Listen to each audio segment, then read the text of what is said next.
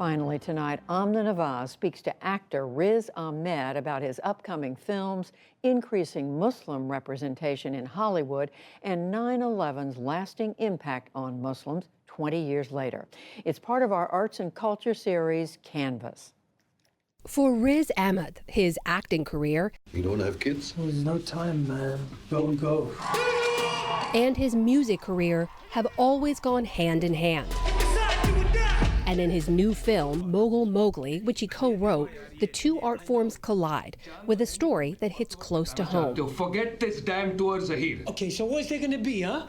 The main character, Zed, is British, like Ahmed, of Pakistani descent, like Ahmed, and a rapper, also like Ahmed. You know, it's in English, it's in Urdu. It's an acting piece and a rapping piece. And though it's rooted in my specific experience, I think a lot of people can really relate to that, of all backgrounds. And was I ever successful? Did you ever listen to me? No, but can't you just let me do my thing, man? Do your bloody thing, yaar. मैं क्या कर रहा हूँ तुम्हारी मदद There's कर रहा हूँ. clearly a lot of you in this new film.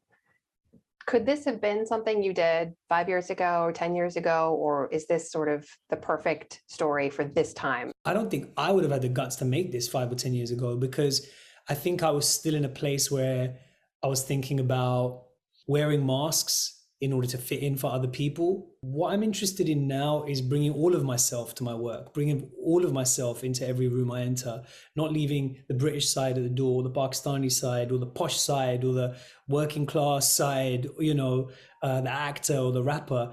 Though the 38-year-old's been acting since the early 2000s, Riz Ahmed became more of a household name after a breakthrough turn and critical acclaim in HBO's 2016 miniseries, The Night Of.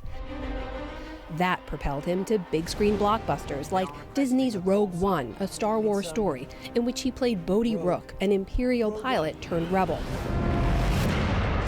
2020's Sound of Metal, in which Ahmed played a punk drummer losing his hearing, earned him his first Oscar nomination, making history as the first Muslim nominated for Best Actor. And he continues to make music, most recently releasing a new album called The Long Goodbye. But I'm a fool. When you're at war with yourself, you're easy to divide and rule. She had me locked down. Beat me red and blue till I knew that right was white and not brown. Ahmed's success has come in spite of an industry influenced by a surge of anti-Muslim sentiment post 9/11, narrowing Muslim representation to reductive, stereotypical roles Ahmed says he worked hard to avoid. Years later, that strategy has paid off, and his superstar status has been cemented. But that, he says, isn't enough. Exceptions don't change the rules. Real change comes from not someone having a moment, but by people creating a movement. I know for a fact I'm here because people before me have kind of carved out a path. None of us is getting to the finish line. We're all just running a relay race. We're all just doing a stretch of the race and we just pass the baton forwards. That's just how it is. New numbers show just how far Hollywood has to go. Ahmed joined forces with the University of Southern California's Annenberg Inclusion Initiative, the Ford Foundation, a NewsHour funder, and the Pillars Fund, aimed at amplifying Muslim narratives, to back a first-of-its-kind study, breaking down the 200 top-grossing films between 2017 and 2019.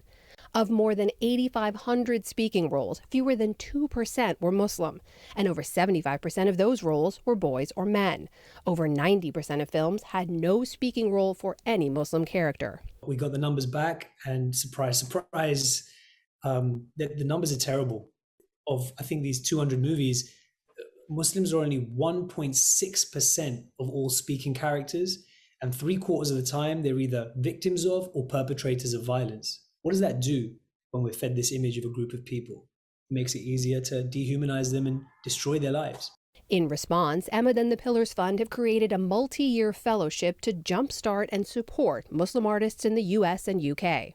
You know, it's 25 grand, unrestricted cash grant to this new generation of Muslim writers and directors and storytellers, along with an amazing, I call it the kind of Muslim Avengers collective of Muslim talent in Hollywood that can mentor them and make their professional networks available to them. People like Bisha Ali, who just wrote Miss Marvel, or Mahershala Ali, Hassan Minhaj, Rami Youssef. Yes, it's about access, but it's also just about making sure people can pay the bills and keep the lights on. So we thought that would be a solution. So do the Muslim Avengers have like secret handshakes, secret hideout somewhere. I am imagining all of that in my head. They do, but if I mention it, it wouldn't be secret. So yeah.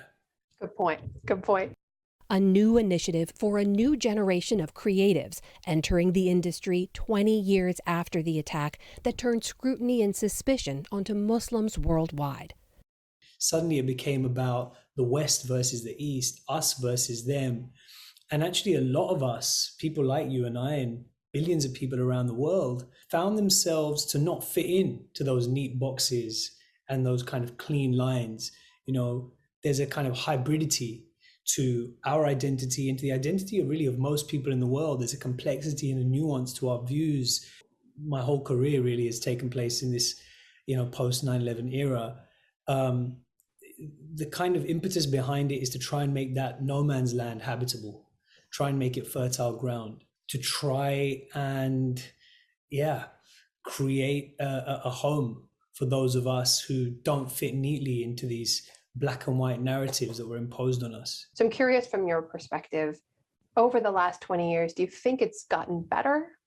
Isn't it strange? It feels like things are getting worse and better at the same time. For me, the hope comes in seeing the next generation, seeing how passionate they are about change, about real change. To go back to that relay race analogy, I don't know if we're going to be the guys that are going to fix this, but maybe we can help the next lot to do that. And along that journey, Ahmed says, there are plenty of stories left to tell. For the PBS NewsHour, I'm Amna Nawaz.